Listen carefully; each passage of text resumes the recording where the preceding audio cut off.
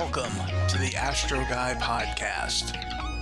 I'm not an expert, I'm an amateur like you. I'm here to learn and here to teach.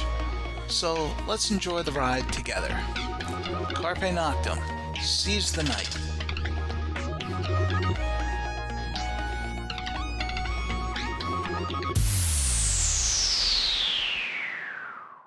I'm your host, Wayne Zuhl, and this is the Astro Guy podcast. This month features most of the naked eye planets ruling the morning sky. So if you're an early riser and you've got a good eastern horizon, the planets will be putting on a nice show. Shortly before sunrise on March 2nd, if you are on the East Coast, you might be able to spot Saturn and Mercury separated by about half a degree.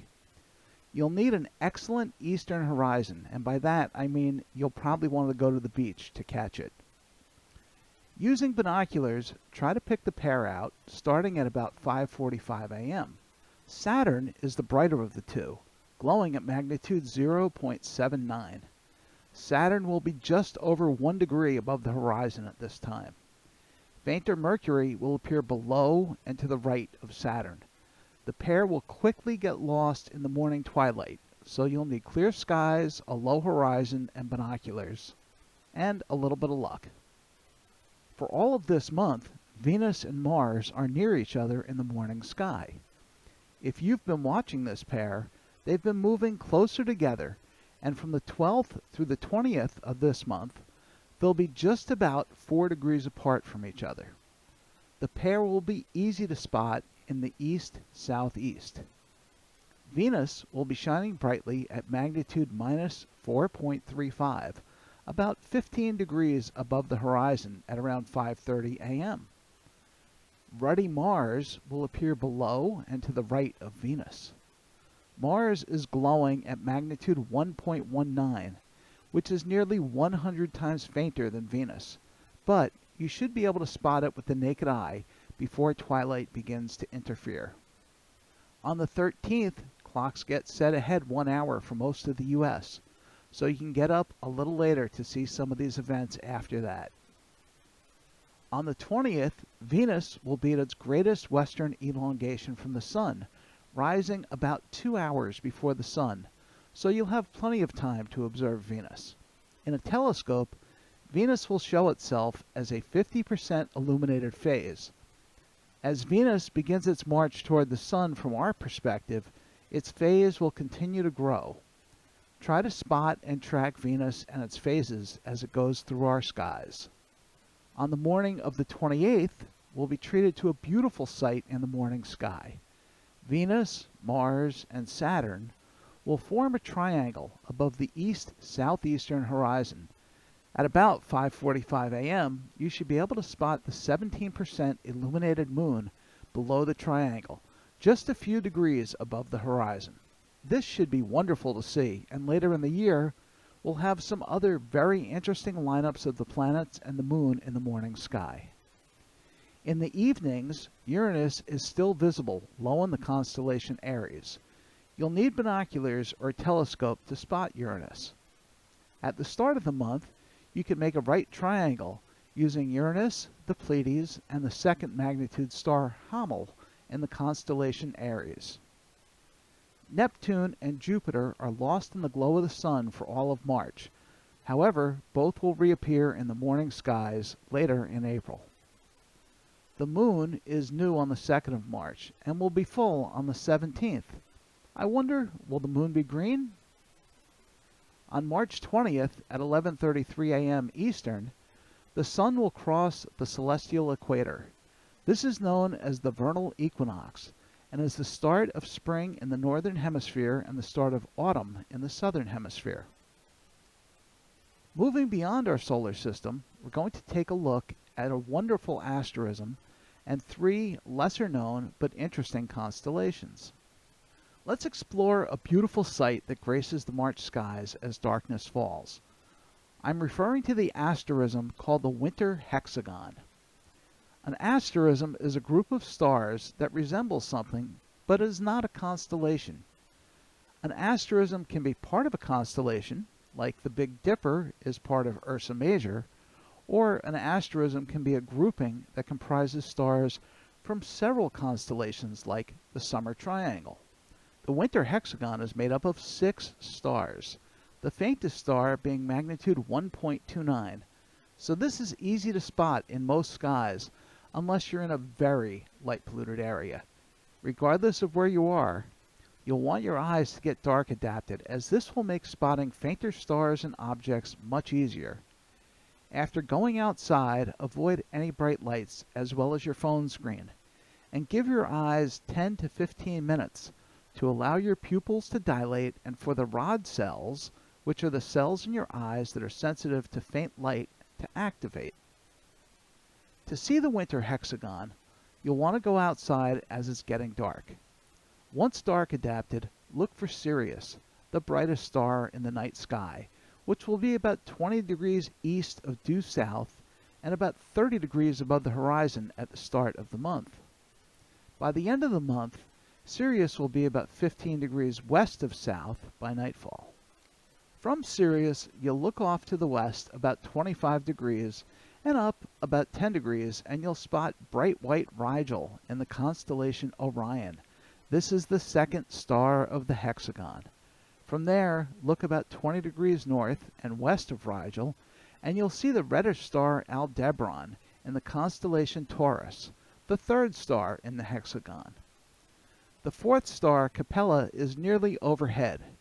From Capella, you'll go to Pollux, one of the twins in Gemini, which is about 35 degrees south and east of Capella. Now, from Pollux, go about 25 degrees south to Procyon in the constellation Canis Minor, and then back to Sirius, and you'll complete the hexagon. Some say it looks like a football, but to me it looks like an elongated hexagon. Even though it's made up of 6 stars, the winter hexagon contains parts of 9 constellations: Canis Major, the larger dog; Lepus, the hare; Eridanus, the river; Orion, the hunter; Taurus, the bull; Auriga, the charioteer; Gemini, the twins; Canis Minor, the lesser dog; and Monoceros, the unicorn. The hexagon is easy to spot, and it's a great tool to help you learn the constellations within it. Speaking of learning the constellations, in the previous episode of this podcast, I had the pleasure of interviewing my old friend, stargazer Steve Dodson. In our discussion, Steve talked about planospheres and how to use them. While I won't explain using them here, there are several sources where you can buy a laminated planosphere for as little as $10 online. You can also find them in museum stores. But if you want to, you can make one for the cost of paper and ink.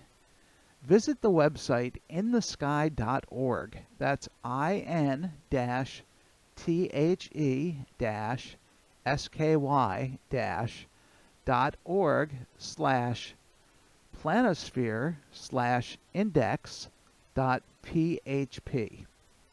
Once there, select your latitude within the nearest 5 degrees and download the kit. If you have cardstock and a laminator, you can get years of use out of this great device. Thank you to Dominic Ford for creating and sharing this great resource. Hopefully, you're armed with a planosphere now, and you'll be able to find the constellations and objects that we're going to explore in this episode. Let's start with the constellation Monoceros, the unicorn. Having a planosphere will help you to find Monoceros, as its brightest star is magnitude 3.93. It's best to get away from bright lights to spot this constellation. However, while it doesn't contain any bright stars, there are many gems within this constellation. The most famous object within Monoceros is the Rosette Nebula. This is a large H2 region, and it is associated with the open cluster NGC 2244, which is located in the center of the rosette. Both the cluster and the nebula are about 5,000 light-years from Earth, and the nebula measures around 130 light-years in diameter. The gas that the nebula is made up of has roughly the mass of 10,000 suns. This is an active star-forming region, and there are roughly 2,500 stars within the nebula itself. On an interesting side note, the Rosette Nebula is the official state astronomical object for the state of Oklahoma. You can easily spot the Rosette from dark skies with binoculars. It will appear as a grayish, circular shape, larger than the full moon, and the brightest stars in the cluster within it will be easy to spot. In a telescope at low power, you should be able to see the nebula as long as you are under dark skies. I've been able to see the Rosette in a 70mm refractor. Using a larger telescope, you can start to make out some of the brighter and darker patches within the nebula. To find the Rosette, start at Betelgeuse in Orion and sweep east about 10 degrees and you should be looking right at the Rosette. The nebula glows at magnitude 6, but it is spread out over an area of more than a degree of sky, so it will appear faint. NGC 2244, the open cluster at the center of the nebula, is also classified as Caldwell 50, as well as the satellite cluster. The cluster is made up of mostly hot O-type stars, and its members are less than 5 million years old. It is easy to spot as it has several 6th through 8th magnitude stars that form two lines that are almost parallel to each other. The cluster shines with a total magnitude of 4.8 and spans 24 arc minutes. You can easily spot the cluster in binoculars. In a telescope, you'll be able to resolve dozens of stars within the cluster. After you've enjoyed the Rosette and the cluster within it, you will enjoy this next object. We're moving to the only Messier object within Monoceros, M50, an open cluster, sometimes referred to as the heart-shaped cluster. The cluster is made up of between 500 and 600 stars and glows with a combined magnitude of 5.9 and spans about a quarter of a degree. You can locate the cluster in binoculars by starting at Sirius and sweeping about 9.5 degrees northeast through Beta Canis Majoris, and you'll have the cluster near the center of your binoculars. It will appear as a small, grainy patch of light. In a telescope, you'll be able to resolve many of the cluster's stars. How many can you see? Another interestingly named open cluster in Monoceros is NGC 2301, which is known as the Great Bird Cluster or Hagrid's Dragon Cluster. At around 165 million years old, this cluster shines with a combined magnitude of 6.0. It's very easy to spot in binoculars, and it is beautiful in a telescope. Measuring about 12 arc minutes in diameter, you can use moderate magnification to explore the cluster's members. Several red and blue stars are visible within the cluster, adding to its beauty. To locate the Great Bird, start at the Rosette and sweep 6 degrees east and 3 degrees south. The last object that we'll explore in Monoceros is NGC 2264. This object is actually comprised of two separate objects, an open cluster and an emission nebula. The cluster is commonly referred to as the Christmas tree cluster, as its brighter stars appear to form the outline of a Christmas tree, with the brightest star at the bottom of the tree. The nebula, which appears red in photographs, features the aptly named Cone Nebula, a cone-shaped patch of dark nebula near what would be the top of the tree. Visually, from a dark location with an 8-inch telescope, I've been able to pick out some of the brighter parts of the nebula, but the cluster is what makes this object such a joy to observe visually. The cluster spans 20 arc minutes and glows at magnitude 3.9. To locate this pair, start at the Rosette and sweep 5 degrees north, and you should see the cluster. Moving out of Monoceros, we'll take a look at the constellation Canis Minor, the Lesser Dog. The brightest star in the constellation is Procyon, which shines brightly at magnitude 0.4. Procyon, the 8th brightest star in the night sky, is a double star with a faint white dwarf companion. It is one of the closest stars to Earth at a distance of only 11.46 light-years. The only other bright star in Canis Minor is Gomesa. This star glows at magnitude 2.85 and is approximately 160 light-years away from Earth. Canis Minor holds several faint galaxies, the brightest being magnitude 13.3. It is also one of the smallest constellations, ranking in size at number 71 of the 88 recognized constellations. The last constellation that we'll look at this month is Cancer, the Crab. This constellation, like Monoceros, doesn't hold any bright stars. The brightest stars within its boundaries is the star Tarf, which shines at magnitude 3.5. The other star of note in Cancer is Ocellus Australis, which glows at magnitude 3.9. While Cancer lacks bright stars, it does have two beautiful open clusters to enjoy. The showpiece object in this constellation is M44, which is also known as the Beehive Cluster or Precipe, which is Latin for manger. The Beehive is between 520 and 610 light-years from Earth, and it formed about 600 million years ago. The cluster shines at magnitude 3.7 and spans just over 95 minutes of arc. It is big and can be seen with the naked eye easily from a dark location. Binoculars or a telescope at low power will show dozens of member stars within the cluster. Galileo was able to observe the Beehive in 1609 and was able to resolve 40 stars within the cluster. To locate the Beehive, sweep 11 degrees east-northeast from Tarf to Ocellus Australis, and then sweep about 1.5 degrees north, and you'll be looking right at M44. In 2016, 2 planets were discovered orbiting a star within the cluster, adding to the wonders of what this gem holds.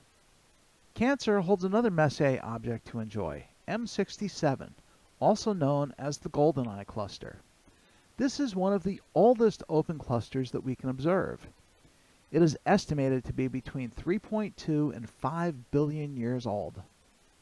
While M67 is not the oldest open cluster related to the Milky Way, it is the closest one to us as far as ancient clusters go, lying between 2600 and 2900 light-years from Earth. Because of its age, this is one of the most studied open clusters in the sky. It is comprised of about 500 stars, of which about 100 are sun-like G stars. The cluster spans half a degree and glows at magnitude 6.1. It is easy to spot in binoculars as a mottled patch of light the size of the moon, but M67 really shines in a telescope. Even a modest telescope will show dozens of member stars within the cluster. To locate M67, sweep about 8 degrees south and 1 degree east of the Beehive cluster, and you should spot M67. I hope that you will go out and explore some of the wonders that we went over. Well, that's all for this episode. Thank you so much for tuning in, and I've hoped that you found our time together to be fun and helpful. If you have questions or episode suggestions, please email us at astroguypodcast@gmail.com or leave us a text message or voicemail at 973-404-0380. If you're not already a member, please join the Astro Guy podcast group on Facebook. You'll find other members, videos, blogs, and other useful information there for your enjoyment. You can also visit our YouTube channel, the Astro Guy Podcast, for past episodes and other surprises. Thank you again for listening, and may your skies be clear. And as always, Carpe Noctem, seize the night.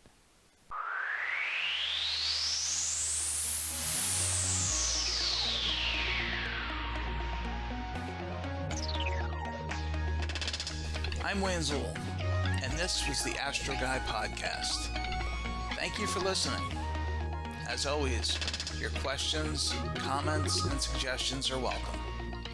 Keep wondering. Keep your eyes on the sky. Have fun. Carpe Noctem. Seize the night.